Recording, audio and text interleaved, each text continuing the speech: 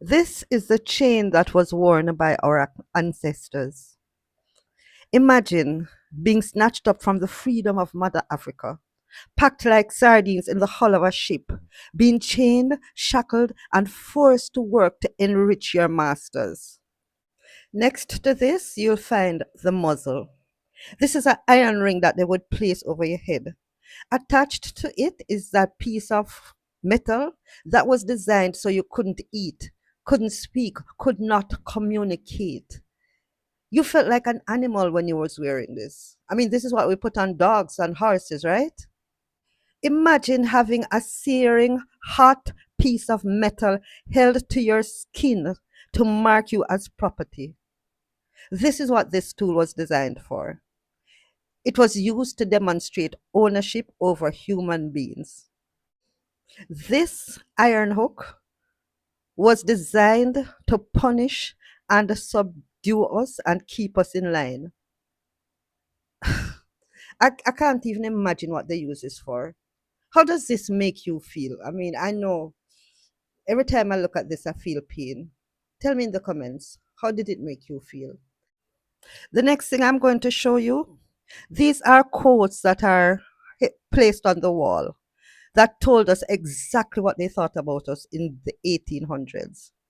Many of those thoughts still exist today. They are still held by people who suddenly, in this framework of what is happening, where you know where, gives them the makes them bold enough to be up in your face and let you know exactly how they feel.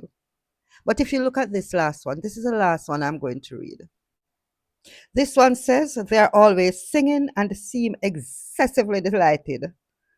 They broke our bodies, but they could never break our spirit and the truth of who we are. And that is why to this day they both envy and fear us. 76 years after slavery ended, over 15,000 Jamaicans volunteered to fight for the British Empire. They had no quarrel with the enemy. They answered the call out of duty, out of loyalty to an empire that did not return it. In World War One, more than 10,000 formed the core of the British West Indies Regiment. They served in Europe, Egypt, and Palestine. In 1918, they led a daring charge on Turkish lines at Bar Ridge. Yet military rules barred them from any rank above warrant officer, and many were handed the most dangerous unarmed work, digging trenches under enemy fire with no weapon to defend themselves. When the war ended, they were shut out of London's 1990 Victory Parade, an exclusion that sparked a mutiny before they were quietly sent home with no honor and no thanks. Then came the Second World War.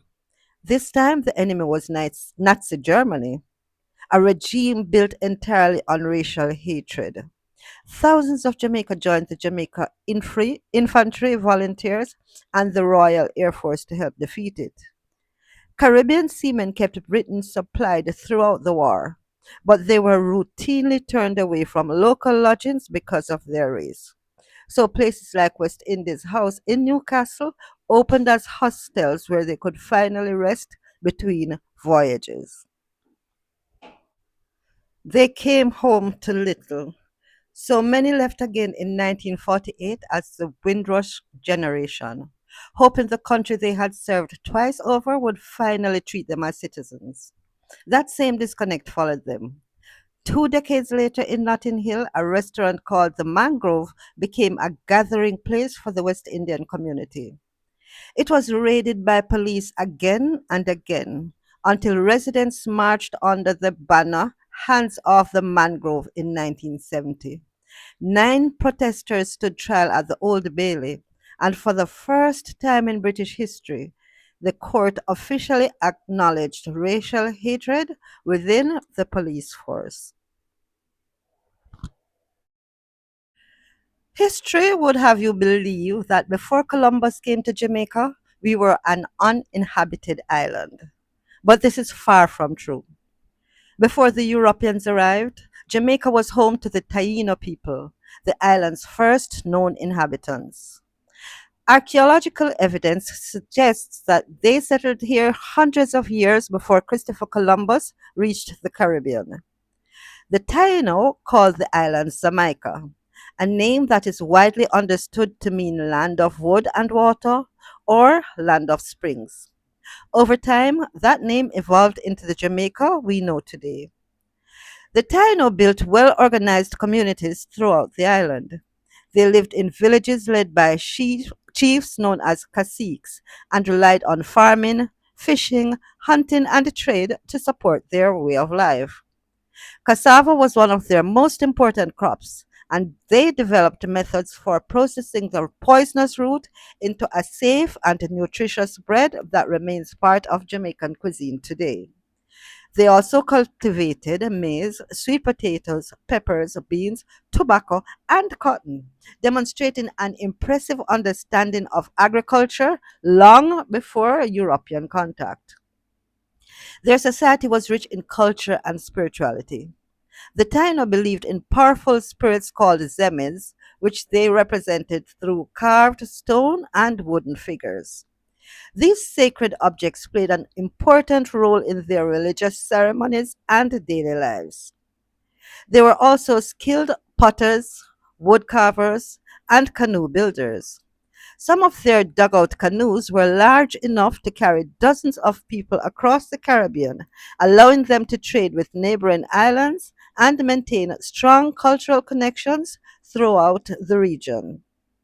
Everything changed in 1494 when Christopher Columbus landed in Jamaica during his second voyage to the Americas.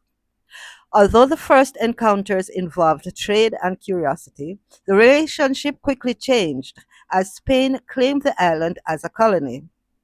The Taino were forced into systems of labor that required them to work for the Spanish under harsh and often brutal conditions. Many were made to farm, build settlements, and provide food and other resources for the growing colony. The arrival of Europeans also brought diseases that the Taino had never encountered before. Diseases such as smallpox, measles, influenza, and other illnesses spread rapidly through the population. Because the Taino had no natural immunity to these diseases, entire communities were devastated. This, combined with forced labor, violence, starvation, and the breakdown of their traditional way of life, caused the population to decline dramatically within only a few decades. For many years, history books stated that the Taino became extinct in Jamaica. However, many research paints a more complex picture. While their political and social structures were destroyed under Spanish rule, many Taino people survived. Some fled into remote areas of the island, while others eventually married Africans who had been brought to Jamaica through the transatlantic slave trade, as well as Europeans. Recent DNA studies conducted throughout the Caribbean have shown that indigenous ancestry remains present in many Caribbean people today, suggesting that the Taino did not disappear completely, but instead became part of the region's diverse population. Although much of their culture was lost through colonization, the Taino, the Taino left a lasting legacy that is still visible in Jamaica today. The island's name comes from their language, and many familiar words, including hammock, canoe, barbecue, cassava, hurricane, and tobacco, also have Taino origins. Archaeological discoveries, including pottery, stone, tools, ceremonial objects, and burial sites preserved in museums such as the Institute of Jamaica, continue to deepen our understanding of their history and remind us that Jamaica's story began long before European settlement.